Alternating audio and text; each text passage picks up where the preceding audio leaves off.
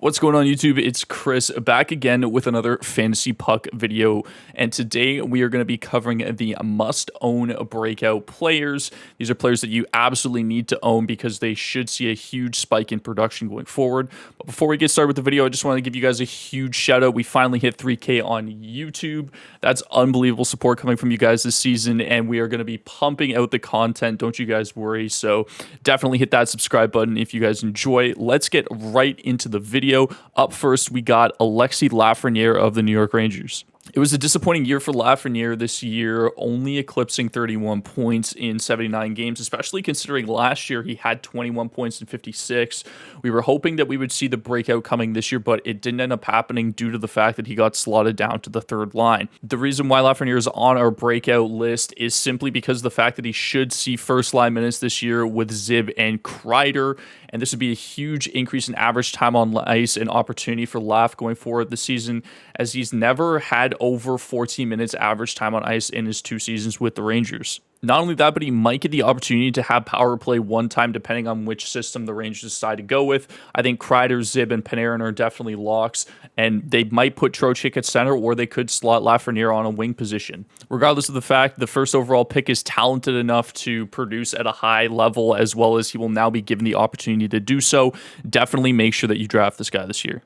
It seems like every year Rasmus Dahlin is on someone's breakout candidate list, and for good reason. A lot of people forget that this guy is only 22 years of age and has played 4 seasons in the NHL already. So why would Dahlin be on our breakout list if he had a career year last year with 53 points in 80 games, as well as set a career high for average time on ice at 24:01? Well, let me show you. Post All-Star break, Dahlin had 25 points in 36 games, as well as an average time on ice of 24:21. These are huge numbers for Dahlin in the last 36 games of the season. And with the Sabres having more talent offensively and those offensive talents starting to grow into their roles, I believe that Dahlin could absolutely smash his previous career year of 53 points and should be somewhere in the 60 to even 70 point range this year as a defenseman. If this guy's not gone by the 5th round, I would suggest reaching for him, as I believe he has defenseman 1 upside. Everyone at Fantasy Puck is talking about Seth Jarvis, and for good reason. Mike touched on him in a video and how he's seeing the majority of his ice time with Sebastian Aho, and depending on what Carolina does, he might even see some time with Andrei Svechnikov as well, depending on how they build out their top 6. But for me, Seth Jarvis is just a lock for first-line minutes this year. Jarvis had 40 points in 68 games with an average time on ice of only 13:53. So expect that to go up, expect his opportunity to go up, and expect his production to go up as well. Jarvis is also slated to skate on the first power play unit according to Daily Faceoff. We'll keep an eye on that as the preseason and regular season starts, but Jarvis is in for a huge breakout year with the Canes. Definitely make sure you pick this guy up in your drafts. It's possible that Caufield had the most volatile season out of anybody in the NHL last year, finishing off his year with 43 points in 67 games, 188 shots, and an average time on ice of 16:41. Caufield really struggled last year along with the entire Habs as they went from being in the Stanley Cup final to being one of the bottom 5 teams in the NHL. And honestly, if it wasn't for Marty St. Louis, I don't think Cole Caufield would even be on this list right now. He just absolutely did a complete 180, as you'll see in the next graphic coming up here. His post All-Star numbers are absolutely absurd compared to what they were pre-All-Star. So just to give you guys an example, Cole Caufield had 35 points in 38 games after the All-Star break, and his shooting percentage went from 1.4% to 18.6%, which is just absolutely unheard of. I don't know what is happening with Caufield, but to me, he's just in a great opportunity to break out this year. We know he's a very good goal scorer and should see top 6 minutes. He might even see line 1 minutes with Suzuki this year, depending on what the Habs decide to do.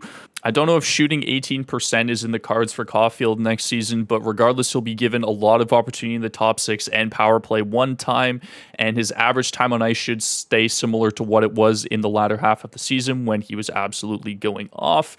Plus minus is obviously a concern here, but if you're in a league that doesn't count plus minus, which I hope you are because I hate that stat, Caufield should be an absolute gem for you guys, so definitely look to pick him up.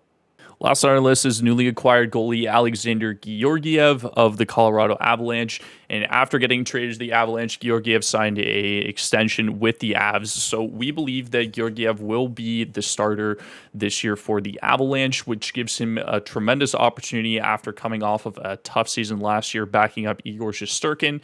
He had 15 wins in 33 games with an .898 save percentage, which isn't the greatest, obviously, but he will be given the opportunity to improve on a much better defensive team, as well as the fact that we do expect him to split games with Pavel Francouz.